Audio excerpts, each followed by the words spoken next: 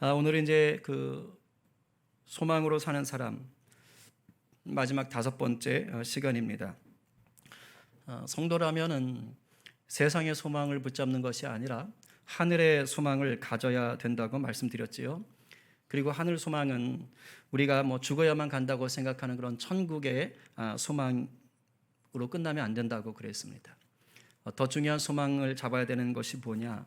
이미 임하셨고 또 장차 완성될 하나님의 나라에 대한 소망까지 우리가 품어야 된다라고 말씀을 드렸어요. 바로 이 하나님의 나라에 대한 소망이 확실할 때 우리가 이 땅에서 굳건한 믿음의 사람으로 살 수가 있다 말씀드렸습니다.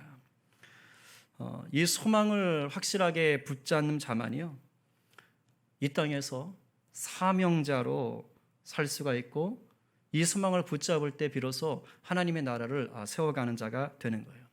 그래서 오늘 제목처럼 소망은 곧 사명입니다. 우리 한번 같이 따라해 봅시다. 소망은 사명이다. 네, 소망은 사명입니다. 그렇기 때문에 저는 사명이 뭔지 모르겠어요. 저도 좀 사명을 찾고 싶어요 하시는 분들은 죄송하지만 아직 하나님 나라에 대한 소망이 불확실하다는 것이에요. 이 시간 내가 무엇을 위해 또는 무엇을 하며 어떤 사람으로 살아가야 하는지가 불확실한 분들이 계실 수 있습니다. 그런 분들은 이 시간 무엇보다 하나님 나라를 향한 소망을, 그 소망이 분명해지기를 갈망하시기 바랍니다. 분명한 소망 위에 사명이 싹트게 되는 법이에요. 이 시간 이 말씀을 듣는 우리 모두에게 하늘의 소망, 하늘의 사명이 깊이 깊이 뿌리 내리게 되기를 간절히 축복합니다. 아멘이죠. 소망이 있고 없고는 단순히 소망이라는 것 자체가 있고 없고의 문제가 아니에요. 왜냐하면 소망이 있는 자와 없는 자는 삶의 차이가 커요. 제가 말씀드렸죠. 삶의 질 자체가 차이가 있다고요. 소망이 없는 자는 내가 뭘 해야 할지, 어떻게 살아야 할지를 모르는 사람입니다. 그러니 어떻게 될까요? 삶에 열정이 없어요. 무기력해집니다. 목적이 없으니까 그냥 주변을 두리번거리는 거예요. 그런 인생으로 삽니다. 그러면서 이것 판단하고 저거 불평하고 그런 인생을 살게 됩니다. 하지만 소망이 분명한 자는 다릅니다. 소망이 있는 자는 달라요. 그것은 자기에게 분명한 목적과 목표가 세워졌다는 뜻입니다. 즉 확실한 사명이 생겼다는 거예요. 확실한 사명이 있는 자는 어떤지 아세요? 열정이 넘칩니다. 해야 될 게 분명하거든요. 가야 될 방향이 분명하거든요. 그 사람은 삶의 이유가 충만해요. 열정이 넘치는 거예요. 여기저기 두리번거리며 판단하고 불평할 시간도 없고 그럴 이유도 없습니다. 소망을 이루기 위해서요, 어지간한 어려움은 그냥 이겨내요. 이 정도쯤이야. 나 지금 저기 가야 돼. 지금 됐어. 오케이. 막 이러면서 그냥 딛고 넘어가는 겁니다. 왜지요? 소망을 이루었을 때 누리게 될 그 열매, 그 상급을 기대하기 때문이에요. 마치 올림픽에 나가는 선수가 메달을 따는 것을 바라보고 그 어려운 훈련을 참아내고 버티는 것처럼, 그 메달을 바라보면서 달려가는 것처럼 그렇게 달려가는 것입니다. 소망이 낳은 사명이요, 그 소망을 이룰 때까지 달려갈 수 있는 힘을 주는 거예요. 교재에 보니까 이런 얘기가 있어요. 어느 도시에 여자 거지가 있었답니다. 그 여자는 여기저기 밥을 빌어먹고 또 아이들이 돌을 던지며 놀려대도 그냥 실실 웃기만 했어요. 우리가 이런 여자를 뭐라고 얘기하죠? 여성분들 여성 비하냐? 그럼 남자로 바꿔서 하세요. 이렇게 뭐라면 한자로 유식하게 뒤에 연자 이렇게 붙이죠. 그죠? 어쨌든 약간 정신 나간, 부드럽게 말하면 정신 나간 거지로 사람들이 보았습니다. 그런데 그 나라에 전쟁이 터져가지고 이제 그 여자가 다니던 도시에도 그 이웃 나라 군대가 이제 진입을 한 거예요. 그런데 세상에나 그 여자가 아닌 것입니다. 사람들이 정신 나간 여자라고 놀려댔던 그 여자가요, 이웃 나라 군대에 장교 군복을 입고 나타난 거예요. 멀쩡한 정신으로. 알고 봤더니 그 여자는 정신 나간 거지가 아니었고요. 사실은 그 거지 행세했던 거예요. 그 도시에 와서 스파이 노릇을 했던 거예요. 그녀는 그동안 정신 나간 거지 행세를 다 하면서 그 도시에 있는 중요한 정보를 다 빼돌린 겁니다. 다 섭렵한 거예요. 그리고 다 정보를 이제 넘겼던 것이죠. 이 여자 장교는 자기에게 주어진 그 사명, 너가 스파이다. 네가 이걸 잘해야 우리가 전쟁에서 이 도시를 점령할 수 있다. 이 소망, 이런 것들을 자기가 갖고 감당하기 위해서 거짓고를 하는 그 수모, 사람들에게 조롱받는 것을 다 견뎌냈던 것입니다.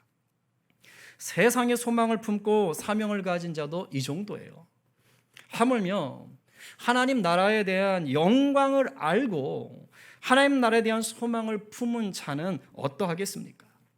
우리가 성경을 보게 되면 하나님 나라에 대한 확실한 소망을 품고 세상이 감당할 수 없는 자로 살았던 많은 믿음의 선배들을 보게 됩니다. 그 중에 한 명이 바로 오늘 본문을 쓴 사도 바울이지요. 사도 바울은요, 그야말로 세상적인 기준으로 보면 아주 내세울 게 확실했던 사람이었습니다. 오늘 본문 바로 앞에 보면, 오늘 본문에 보면 사도 바울은 자신이 예수 믿기 전에 어떤 사람이었는지를 소개해줘요. 4절부터 6절까지를 우리 이번에는 쉬운 성경으로 한번 풀어서 보도록 하겠습니다. 우리 한 목소리로 한번 읽어보지요. 자, 시작. 사실 일체적으로 보면 나 스스로를 믿을 수도 있습니다. 이 세상 어느 누구보다도 인간적인 조건을 더욱 많이 갖춘 사람이 바로 나입니다. 나는 태어난 지 8일 만에 할례를 받았습니다. 이스라엘 민족 중에서도 베냐민 지파의 자손이며 히브리인 중에서도 히브리인입니다. 모세 율법은 내 인생의 안내자 역할을 하여 나는 율법을 가장 엄격히 지키는 바리새인이 되었습니다. 율법을 지키는 것에 너무나 열심이었으므로 교회를 핍박하기까지 하였습니다. 내가 모세 율법을 지키고 따르는 데 있어서는 그 어느 누구도 허점을 찾을 수 없을 정도였습니다. 네, 4절에서 뭐라고 합니까? 육체적으로 보면 나 스스로를 믿을 수도 있다라고 하지요. 이게 무슨 말이에요? 내 자아가 주인된 사람이다 이 뜻이에요. 내 자아가 주인됐다. 왜냐? 세상적인 기준으로 볼 때 자랑할 만한 게 너무 많은 거예요. 요즘 말로 하면 가문이나 스펙이 정말 짱인 겁니다. 찐인 거예요. 대단했던 것입니다. 자신을 히브리인 중에 히브리인이다라고 말하지 않습니까? 태어난 지 8일 만에 할례 받았다고 자랑해요. 무슨 말이지요? 나는 확실한 아브라함의 자손이야. 이 얘기하는 거예요. 나는 확실한 아브라함의 자손이야. 베냐민 지파 자손이라고 얘기하지요. 무슨 말이지요? 이스라엘의 초대왕 사울이 어디 지파입니까? 베냐민 지파였어요. 나 왕족이야. 이 말하고 싶은 거예요. 자, 사도 바울은 헬라식 이름이에요. 그리스식 이름입니다. 그러면 히브리 이름도 있지요. 자, 히브리 이름이 뭐지요? 그게 사울이에요. 누구의 영향을 받았을까요? 자기 지파에서 나온 이스라엘 초대왕 그 사울 왕의 이름, 그 영향을 받은 겁니다. 동시에 베냐민 지파는 다윗 왕조하고도 관련이 있어요.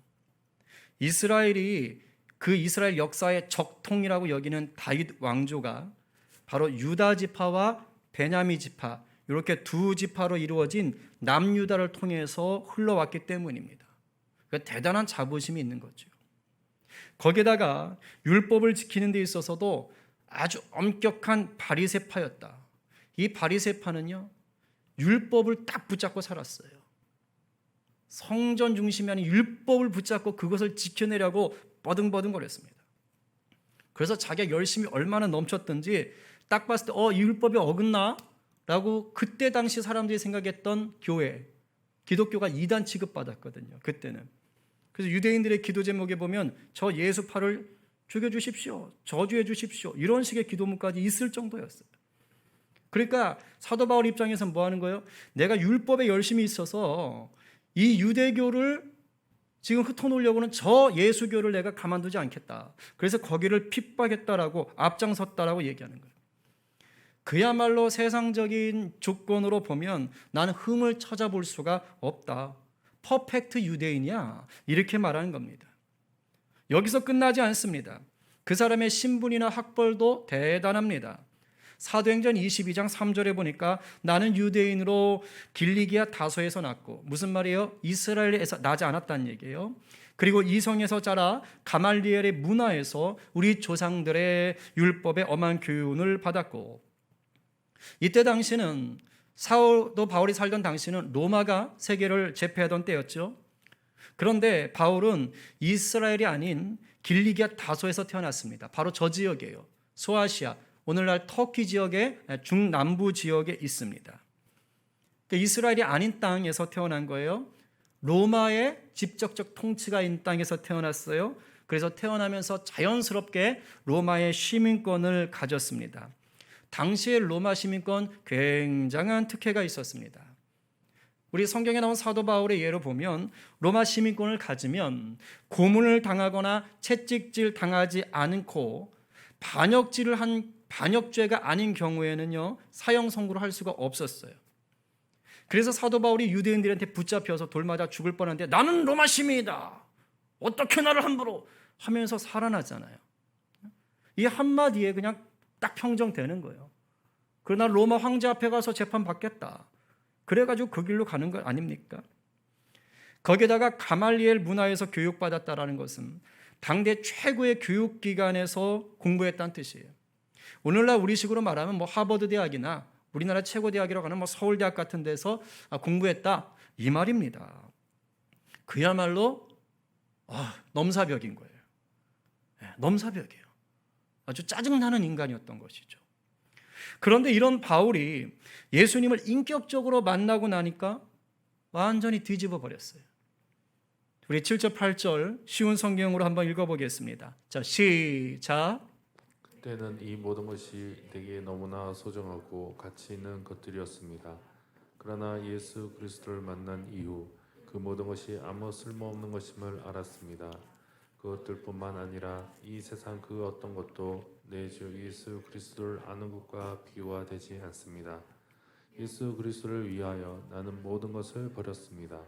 모든 것이 쓰레기처럼 아무런 가치가 없다는 것을 이제 압니다. 이로써 나는 그리스도를 알게 되었습니다. 아멘, 아멘.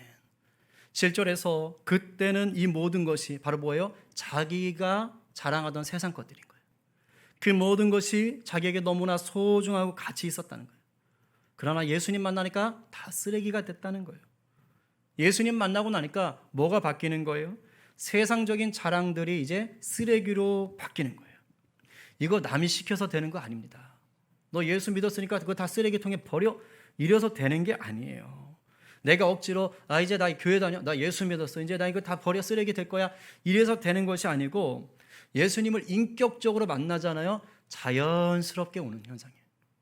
정말 예수님이 확 나를 사로잡아 버리면, 완전히 예수님께 내가 완전히 굴복당하면요, 그동안 내가 붙잡던 것이 내가 왜 이것 때문에 이랬지?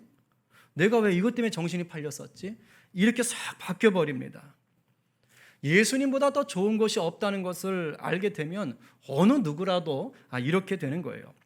제가 어제 우리가 늘 중보하는 그 탈북 엘 선교사님과 함께 탈북하신 목사님을 만났어요.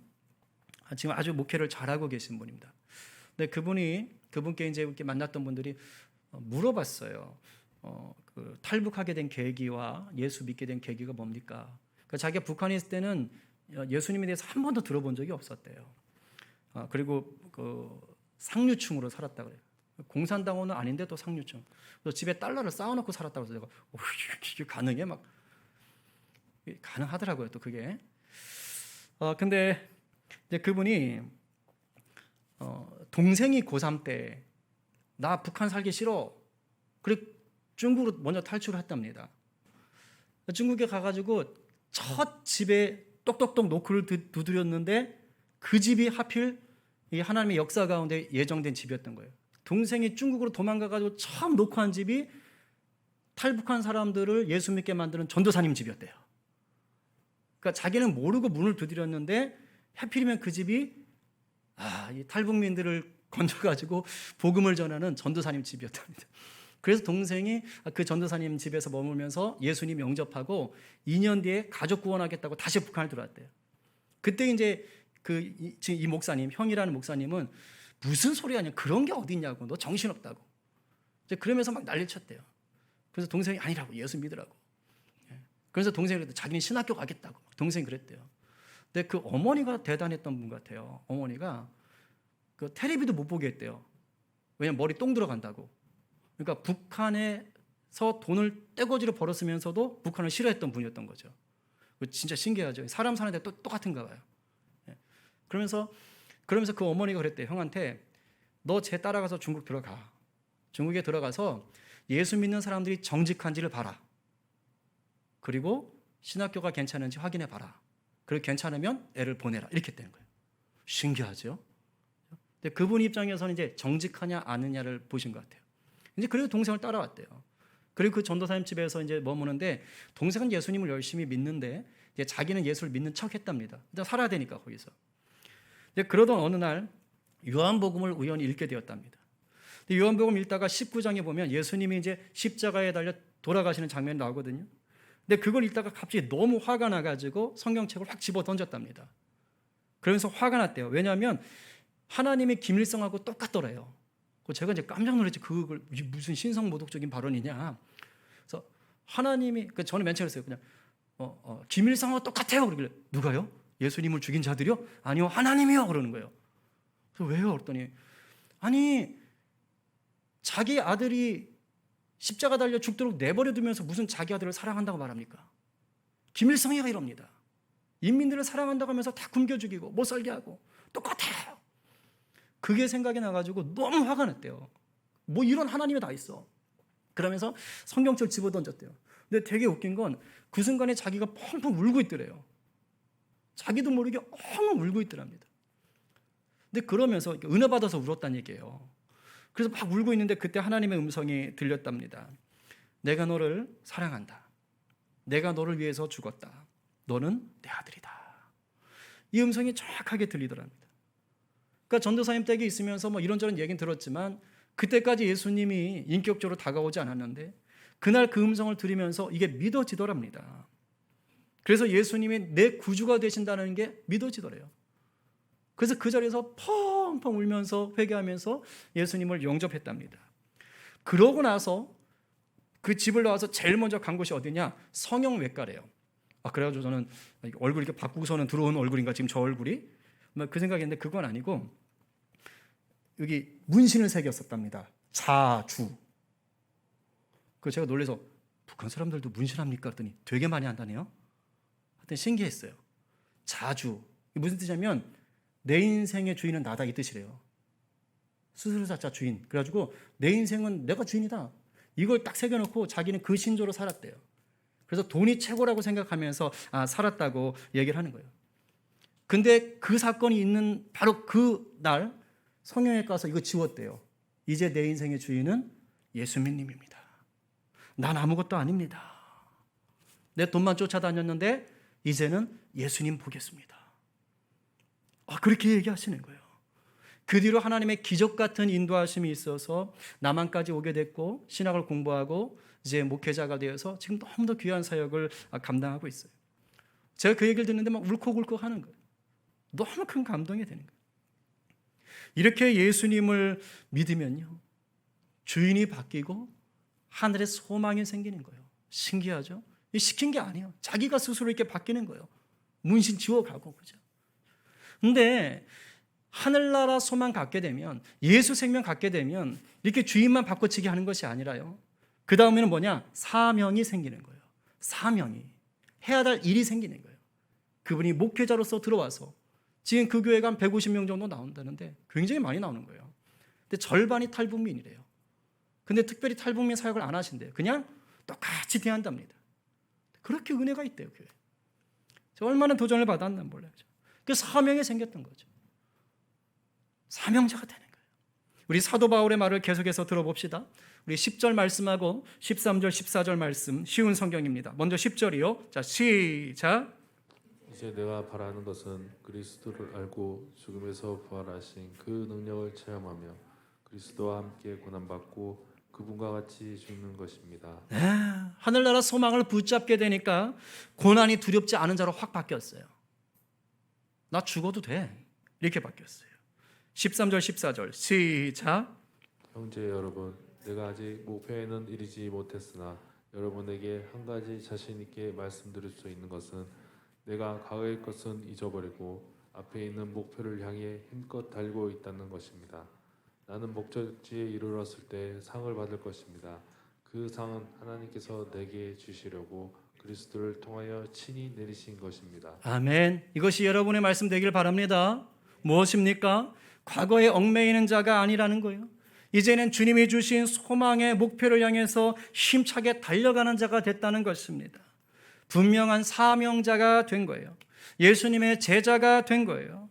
그래서 그 소망의 끝에 받게 될 상을 기대하며 오늘의 고난을 이기는 자가 되었다. 이렇게 지금 고백하고 있습니다.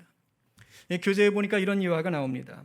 유기성 목사님의 셋째 동생이 의사래요. 의사. 지금은 이제 아니신데 의사였답니다. 그래서 유기성 목사님이 나름 뿌듯했대요. 내 동생 의사다. 우리 집안에 의사 있다. 동생이 자기한테 큰 도움 안 줬는데 그래도 뿌듯하더랍니다. 그런데 어느 날 그 의사 동생이 유 목사님을 이제 찾아왔대요. 그래서 이런 말 하더래요. 형님, 저 병원 그만두고 선교사로 나갈래요. 그리고서 이제 2달 후에 동생이 이제 미국에 있는 예수전도단 이 선교사 훈련 캠프에 이제 이렇게 떠나야 되는 상황이 된 겁니다. 그러니까 떠나기 전에 이제 형님이 목사니까 기도받겠다고 왔대요. 그래서 형 나 좀 이렇게 안수기도 좀 해줘. 그래서 이제 유 목사님이 좀 그랬지만 그래도 이제 동생 머리 얹고 이렇게 기도하려고 손을 딱 얹었답니다. 근데 마음에 그런 의문이 들더래요. 얘가 왜 이러나? 왜 그 좋은 의사를 그만두고 왜 이런 결심을 했을까? 그 고생길인데. 이런 의문이 들어서 기도하기 전에 막 그런 마음이 들었대요. 그런데 그때 주님께서 유 목사님 마음에 이런 감동으로 말씀을 하시더랍니다. 네 동생은 내 나라를 보았다. 네 동생은 내 나라를 보았다. 그 음성을 듣는 순간 유 목사님 마음이 뜨거워지더랍니다. 그래서 따가운 눈물을 흘리면서 정말 동생을 위해서 기도를 해줬대요. 주님, 제 동생에게 주님 나라 보여주시니 감사합니다. 동생이 주님께서 보여준 것으로 인해 앞으로 만나게 될 여러 가지 어려운 일들을 능히 이기게 하여 주시옵소서. 그렇게 기도해주고 보냈답니다. 그리고 몇 달 후에 이제 유 목사님이 미국에 집회하러 갈 일이 있어서 이제 동생이 선교사 훈련을 받고 있는 그 캠프에도 잠깐 들렸답니다. 그런데 동생 가족들이 조그만 컨테이너에 살고 있더래요. 그 편했던 의사생활 다 그만두고 조그만 컨테이너에 살고 있더래요. 그러니까 유 목사님까지 갔으니까 얼마나 비좁아요. 거기서 이제 저녁을 해먹고 이렇게 있는데 갑자기 전화가 오더래요. 그래서 동생이 전화를 받더니 갑자기 일어나면서 형님 미안해요. 이웃집 숙소에 싱크대가 고장이 났나 봐요. 그러면서 여기서는 누구든지 한 가지씩 공동체를 위한 일을 해야 된다는 거예요. 근데 자기는 의료 담당이 아니고 수리 담당이래요. 수리 담당. 그래서 저 지금 가봐야 돼요. 그러면서 그냥 공구 몇 개 주섬주섬 챙기더니 그냥 차 타고 휘하니 가버리더랍니다. 이것을 얘기하면서 이렇게 얘기를 하세요. 그 말미에 세상 사람들의 눈으로 본다면 동생은 정상이 아닙니다. 그 좋은 의사 생활을 내던지고 이런 고생을 하고 있다니. 그러나 교회 역사에는 동생 같은 사람들이 헤아릴 수 없이 많습니다. 바로 이런 사람들이야말로 다가오는 하나님 나라의 일꾼들입니다. 아멘이지요? 그렇습니다. 하나님 나라의 소망을 품게 되면요, 그때부터 이제 세상이 이해할 수 없는 사람이 돼요. 저 인간 왜 저러나? 저 인간 왜 저러나? 왠지 아세요? 세상 기준과는 다른 사명을 품게 되는 거예요. 또 그랬다고 또 이걸 오해하시면 안 돼요. 제 얘기 들었다고 지금 다니는 직장 그만둬라, 공부 집어쳐라, 절대 그런 뜻이 아니에요. 예수님이 내 주인 되시고 내 왕이 되시면 그 전까지 내 소망이 되고 목표가 되었던 것들이 이제 바뀐다는 겁니다. 나의 만족과 유익을 위해 가지려 했던 것들이 이제는 배설물로 여겨지게 되는 거예요. 그리고 그때부터는 설령 내가 계속 하던 일을 하더라도 새로운 것이 되는 거예요. 새로운 것이. 늘 하던 공부였고 늘 하던 일이었지만 이제 예수님 만나고 났더니 주님의 영광과 주님의 나라를 위한 것으로 바뀌어버리는 거예요. 옛날에 일하면 이 돈 벌어가지고 어디 놀러 갈까? 나를 위해서 어떻게 가꿀까? 근데 이젠 다른 거예요. 일하는 자체가 감사한 거예요. 하나님 나라 이곳에 요셉처럼 보내셨구나. 형통케 하는 자로 보내셨구나. 복음의 통로로 보내셨구나. 하나님 나에게 물질을 주셔서 주님 나라 위해서 쓸 것들을 쓸 수 있도록 나에게 허락하셨구나. 완전히 바뀌어버리는 것입니다.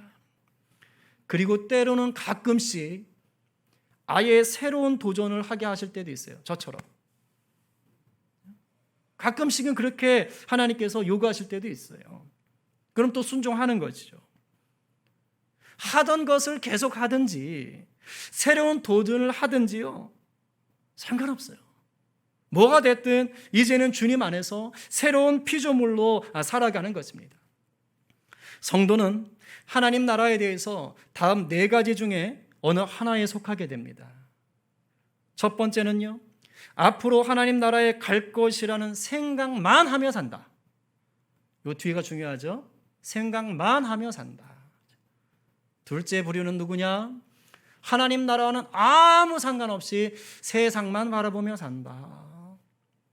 세 번째 부류는요, 하나님 나라 주변에서 빙빙 돈다, 빙빙 돈다, 이러고 사는 부류가 있어요. 그리고 마지막 4번째가 다 함께 시작. 네, 여러분, 지금 여러분은 어디에 속해 있습니까? 어디 계세요? 주님이 원하시는 것은 우리 모두가 하나님 나라 안에 살면서 하나님 나라를 확장해가는 사명자로 서는 것입니다. 오늘 누가 하늘 소망이 예수의 사명인 것을 깨달으시고 하나님 나라 안에 머무는 자가 되시겠습니까? 오늘 말씀에 아멘으로 화답하며 믿음으로 도전하시는 저와 여러분 모두가 되기를 간절히 축원합니다.